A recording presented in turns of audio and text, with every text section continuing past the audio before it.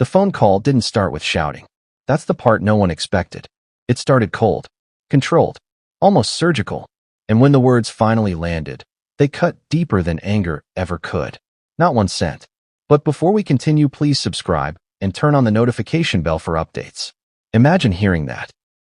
Imagine realizing that the fortune tied to your mother's memory, the legacy you believed was untouchable, had just been frozen out by the one person who was supposed to protect it alongside you.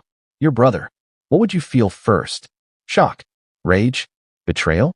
Or something worse, humiliation? For years, the world has been told a simple story. Princess Diana left her sons equal inheritances. Prince Harry already received his share. End of discussion. But that neat explanation only works if you don't look too closely. And today, people are starting to look very closely. Because behind palace walls, something has shifted. Quietly. Permanently. This isn't about greed. Not really. It's about power. It's about control. And it's about a line that Prince William, according to insiders, finally decided could not be crossed again. Here's the uncomfortable truth most headlines won't touch. Diana's estate wasn't a single payout. It wasn't a lump sum handed over with a bow on top. It was a living structure. A carefully designed system meant to protect her sons not just from the world, but sometimes from themselves. And systems like that only work when trust exists. So what happens when that trust collapses? William, now firmly positioned as the future of the monarchy, has been watching something unfold for years. Interviews, memoirs, private conversations turned into global headlines. Painful family moments repackaged as content. And each time, the question grew louder inside palace corridors. Is this what Diana wanted her legacy used for? Because to William, this stopped being about a brother asking for what he's owed. It started feeling like a threat, a risk, a destabilizing force aimed not just at the institution, but at the memory of the woman who raised them. And that's where the story takes a darker turn. Sources say the decision wasn't impulsive. It wasn't emotional. It was deliberate. Lawyers were consulted. Advisors weighed in. And when the final call was made, it wasn't framed as punishment. It was framed as protection. Protection of the crown. Protection of Diana's name. Protection of a future William believes Harry willingly walked away from. But here's the contradiction that makes this explode. Harry didn't see protection. He saw erasure. From his perspective, this wasn't a financial disagreement. This was a message. You are out. You no longer belong. And whatever our mother intended for you, I now decide whether you get it. Ask yourself honestly. If you were Harry, would you accept that quietly? Would you believe this was about duty and not resentment? Or would you feel like history itself was being rewritten without you in the room? Because just when this decision seemed final, just when it looked like the door had been slammed shut for good, a detail from Diana's original wishes resurfaced. A detail that complicates everything. And once that detail comes into play, the story no longer belongs to William alone. Most people assume royal inheritances are automatic. They're not. That misconception is exactly why this next part matters so much. Because the moment you understand who actually controls Diana's money, the entire story flips on its head. Here's the shocking reality. Princess Diana did not leave behind a simple will that said split everything 50-50 and walk away. What she created was far more cautious. More strategic. Almost prophetic. Diana understood something few people talk about. Money doesn't just empower. It exposes. And in the royal world, exposure is dangerous. So instead of direct ownership, her estate was placed into trusts. Not just one. Multiple layers. Carefully timed releases. Conditions attached. Safeguards built in. On paper, it looked fair. On paper, it looked equal. But in practice, control mattered more than entitlement. Here's the part that makes people uncomfortable. A trust is not a gift you can grab. It's permission. And permission can be delayed, redirected, or even withheld under certain circumstances. Especially when discretion clauses exist. Especially when trustees believe the beneficiary's actions could cause reputational harm. Ask yourself this. If the trustees believe Diana's name is being used in ways she never intended, do they intervene, or do they step back and let it happen? And who influences that decision? This is where William's position changes everything. As the future king, William isn't just a brother. He's an institution in waiting. Advisors listen differently when he speaks. Concerns are framed as stability issues instead of personal grievances. Suddenly, what looks like a family dispute becomes a matter of legacy management. And legacy, in royal terms, is sacred. Insiders say the shift didn't happen overnight. It happened gradually. Each headline added weight. Each revelation raised alarms. Until one question began circulating quietly among those closest to the trust. Is continuing these payouts protecting Diana's legacy or funding its erosion? That's a brutal question. And once it's asked, there's no neutral answer. Because if the answer is erosion, then stopping access isn't cruelty. It's duty. But here's the contradiction that complicates everything.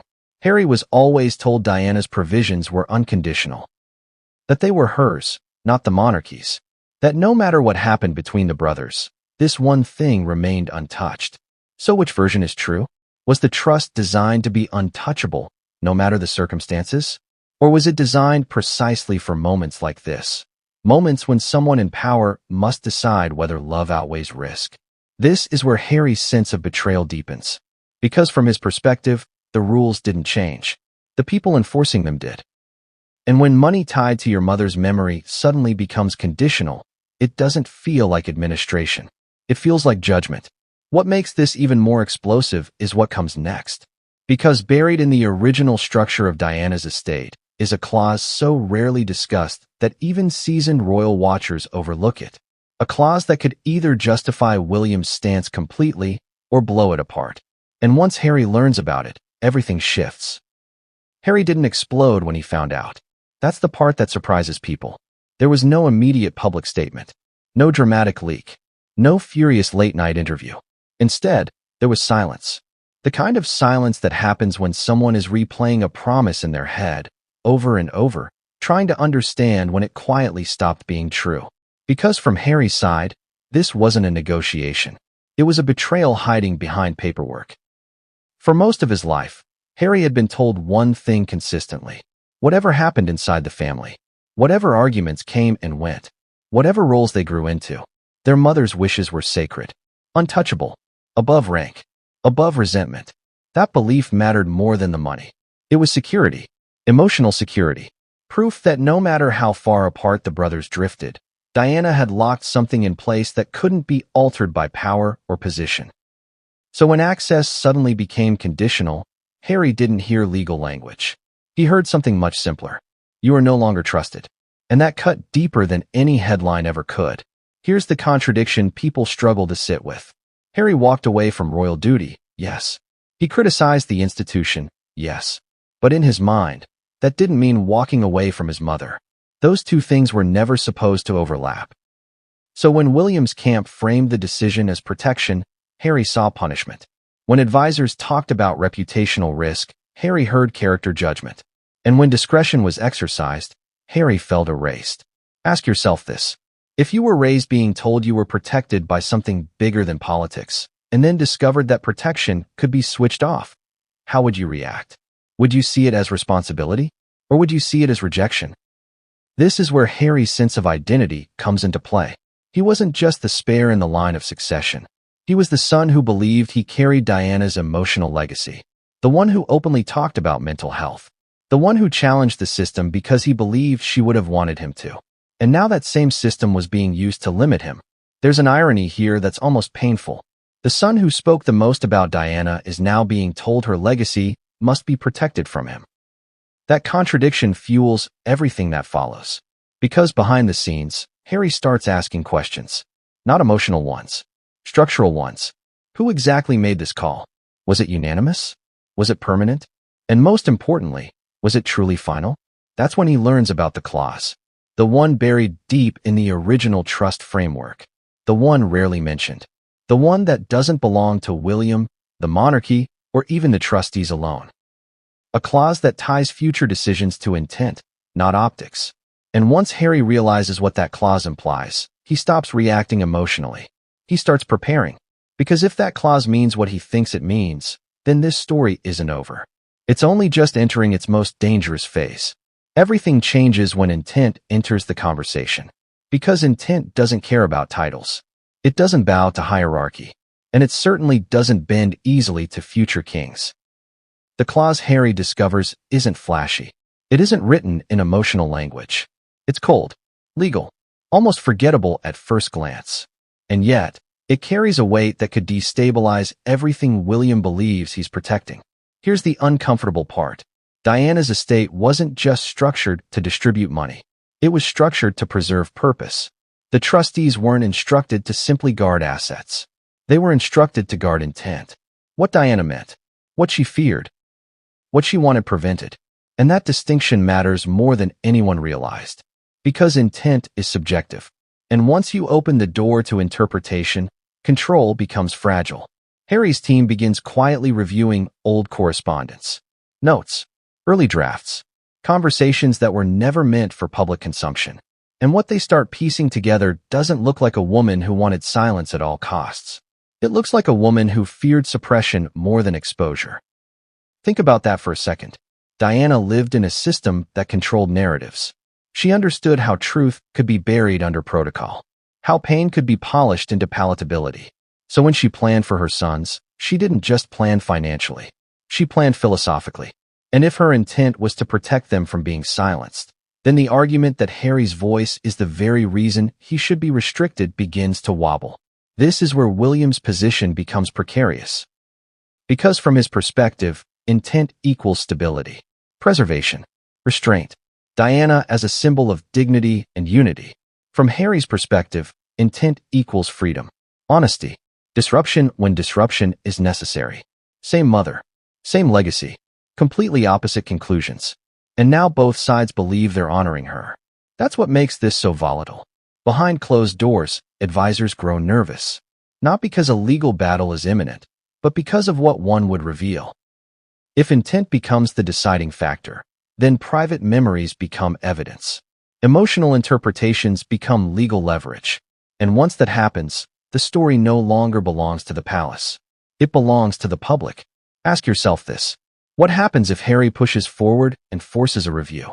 What happens if Diana's intent is debated openly, dissected by lawyers, commentators, and millions of strangers? Does William risk tarnishing the very legacy he's trying to protect? Or does Harry risk proving every fear William had right all along? This is the trap both brothers are now standing in. Because neither can back down without looking weak. And neither can move forward without causing damage. And just when it seems like the tension can't escalate any further, something unexpected happens. Not a lawsuit. Not a leak. A shift. William, for the first time, begins to realize that blocking access may not end the conversation. It may amplify it. And Harry begins to understand that the inheritance isn't the real prize anymore. Control of the narrative is. And once narrative control enters the battlefield, this stops being a family dispute. It becomes a reckoning. But what happens next doesn't come from lawyers or documents. It comes from a decision that neither brother planned to make. And once it's made, there's no turning back. This was never just about money. That's the realization that finally settles in. Not just for the brothers, but for anyone watching closely. Because if this were really about pounds and trusts and clauses, it would have ended quietly. Signed, filed, forgotten. But it didn't. Instead, it metastasized. It became emotional, symbolic, existential. It became about who gets to speak for Diana now. Circle back to the beginning. That shocking line. Not 1 cent. On the surface, it sounds cruel, vindictive, almost medieval. But underneath it lies something far more unsettling. Fear. Fear of losing control. Fear of a legacy slipping out of carefully managed hands. William sees himself as a guardian. Of the crown. Of continuity. Of a mother's memory that, in his view, must be protected from being reframed through pain and grievance. To him, blocking access isn't an attack. It's a firewall. Harry sees himself as a witness. A truth teller. The son who refuses to let his mother be remembered only as a symbol stripped of her suffering. To him, restricting that inheritance isn't stewardship. It's censorship. Same inheritance.